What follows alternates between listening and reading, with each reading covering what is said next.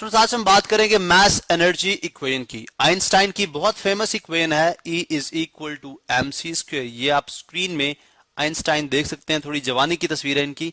E is equal to mc square is basically आपके पास E stand for energy, ठीक है, और इसी तरह से M stand for mass and C जो है वो हमारे पास क्या है, स्पीड ऑफ लाइट है। यहाँ पे मैं लिख देता हूं speed of light which is equal to 3 into 10 to raise पर 8 मीटर पर सेकेंड। बहुत ज्यादा स्पीड है डेफिनेटली।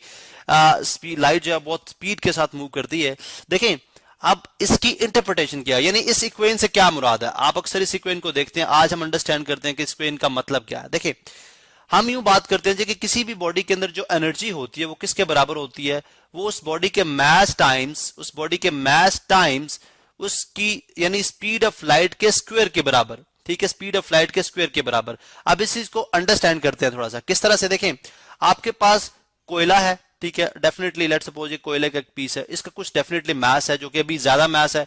अब जब आप इसको बर्न करेंगे तो ये ऐश बच जाएगा आपके पास। अब डेफिनेटली ऐश के अंदर क्या हुआ कि आपके अंदर मास रिड्यूस हुआ, यानी अब क्या हुआ, रिडक्शन इन मास है। यहां पे आप कह सकते हैं this is called reduction in mass. अब ये रिडक्शन इन मास कहां पे गया, रिडक्शन इन मास, इसका मतलब ये हरगिज नहीं है कि आपका मास डिस्ट्रॉय हो गया, because matter can neither be created not destroyed. ये हम पढ़ चुके हैं, मैटर को हम ना क्रिएट कर सकते हैं ना डिस्ट्रॉय कर सकते हैं। इसी तरह से हमने रिलेशन पढ़ा था, energy can neither be created not destroyed. Energy भी ना क्रिएट हो सकती है ना डिस्ट्रॉय हो सकती है, बट फॉर्म चेंज करती है, ठीक है।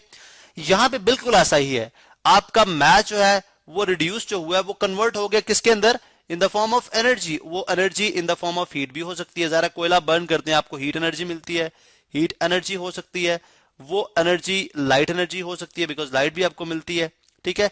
तो अब ये जो हीट प्लस लाइट एनर्जी है, ठीक है, heat plus energy plus light energy, चले हम कंप्लीट लिख देते हैं। अब जब इसको क्वांटम लेवल पे, क्योंकि आइंस्टाइन ने क्वांटम थ्योरी के ऊपर बात की थी या रिलेटिविटी की बात की थी, जो कि आप जो है फर्दर स्टेजेस में जाके स्टडी करेंगे, तो ये बात की थी जो एनर्जी जो है वो बेसिकली मूव करती है in the form of photons, packets of energy, ठीक है, पैकेट्स ऑफ एनर्जी, ठीक है, packets of energy which are called which moves in the form of photons. Photon is basically the particle, इसको हम almost मैसलेस particle कहते हैं, photon को हम मैसलेस पार्टिकल कहते हैं, या आप यूं कह सकते हैं कि फोटोन का मास नेग्लिजिबल है। फोटोन का मास क्या है, नेग्लिजिबल है, ठीक है। अब फोटोन का मास नेग्लिजिबल है, इसका मतलब है कि फोटोन जो है वो बेसिकली वो ऐसे पार्टिकल्स हैं जो कि स्पीड ऑफ लाइट से मूव करते हैं। तो मालूम हुआ एनर्जी जो है वो मटेरियल फॉर्म में एग्जिस्ट नहीं करती, बल्कि वो फोटोनिक फॉर्म के अंदर एग्जिस्ट करती है, वो फोटोनिक फॉर्म के अंदर एग्जिस्ट करती है। अब यही फोटोनिक पार्टिकल जो होते हैं ये मूव करते हैं with the speed of light, यही फोटोनिक पार्टिकल्स मूव करते हैं स्पीड ऑफ लाइट के अंदर। इसका मतलब ये हुआ कि मैटर इटसेल्फ जो है वो स्पीड ऑफ लाइट से मूव नहीं कर सकता, ठीक है। आइंस्टाइन की रिलेटिविटी थ्योरी के अंदर हमें एक बात मिलती है देखने को कि जो है मैटर आपका, कोई भी material body speed of light से मूव नहीं कर सकती, ठीक है। क्लासिकल फिजिक्स के अंदर ये आपकी दो ब्रांचेस हैं, क्लासिकल और मॉडर्न क्वांटम फिजिक्स, ठीक है। आइंस्टाइन क्वांटम फिजिक्स की बात करता है, और उससे जो हमारी पुरानी फिजिक्स है, बल्कि आप ओल्ड फिजिक्स की बात करें तो वो क्लासिकल फिजिक्स है, जिसके अंदर आपके पास एनर्जी जो है वो किसके बराबर होती है। अगर मैं यहां पे लिखूं तो energy is equal to half M V square. अब वी स्क्वेयर वेलोसिटी, ये वाली वो वेलोसिटी होती है जो कि ह्यूमन जो है आईज या ह्यूमन जो है वो बड़े आराम से इसको ऑब्जर्व कर सकता है, ठीक है, इसको मेजर कर सकता है बड़े आराम से। स्पीड ऑफ लाइट, ये इन केस ऑफ पार्टिकल, जब आपकी बॉडी मटेरियल फॉर्म में होगी तो उस टाइम जो वेलोसिटी होगी वो हाफ एम वी स्क्वायर के इक्वल होती है। लेकिन जब आपकी बॉडी स्पीड ऑफ लाइट से मूव करती है तो उस टाइम एम सी स्क्वायर हो जाती है, ठीक है। अब इसका मतलब ये हुआ कि आपके पास जो एनर्जी है वो actually photonic form of matter है। इसी मैटर की, यानी यही मैटर था, जितना मैटर यहां पे रिड्यूस हुआ, फर्ज करें इतना मैटर रिड्यूस हो गया, ठीक है, इतना थोड़ा सा ज्यादा बना लेते हैं, इतना मैटर लेट सपोज रिड्यूस हुआ।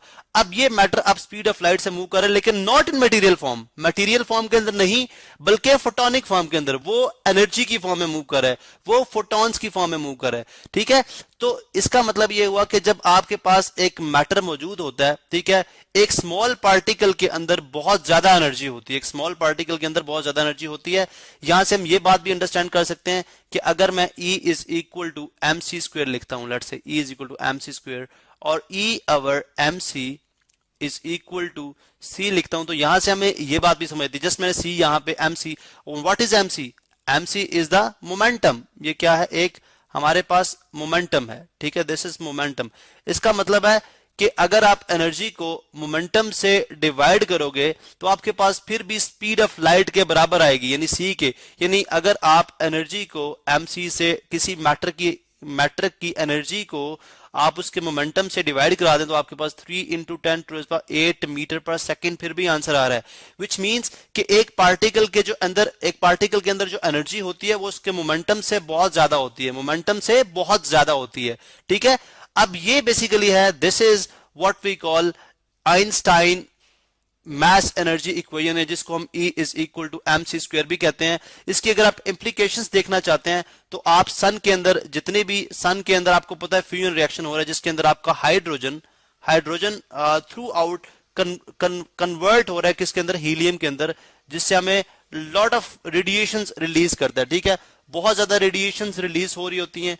अब ये रेडिएशंस क्या है? यही रेडिएशंस हमारे पास एनर्जी है। दिस रेडिएशन इज एनर्जी, ठीक है, विच moves in the form of particles, और जो हमारी जमीन तक पहुंचती है और हमारी जमीन के अंदर लाइफ के कॉन्सेप्ट को पॉसिबल करती है, ठीक है। इसकी और भी बहुत ज्यादा जो है वो एप्लीकेशंस हैं इस पूरी इक्वेशन की। और अगर आप इसको डेफिनेशन ऑफ फिजिक्स के ऊपर अप्लाई करते हैं तो ये पूरी की पूरी, बिकॉज हमने फिजिक्स की डेफिनेशन के अंदर ये बात की थी जी, physics is the branch of science, यानी साइंस की एक ऐसी ब्रांच जिसके अंदर आप मैटर यानी मैथ, बेसिकली मैटर का ही एग्जिस्ट करेगा, ठीक है, मैटर और एनर्जी के बारे में स्टडी करते हो और इनकी इंटर कन्वर्जन। तो इसीलिए मैंने कहा था कि this is equation of equations, ये इक्वेशंस की भी इक्वेशन है, यानी हेड इक्वेशन कह सकते हैं इसको। सो ये है जी basically E is equal to M C square और इसकी इंटरप्रिटेशन।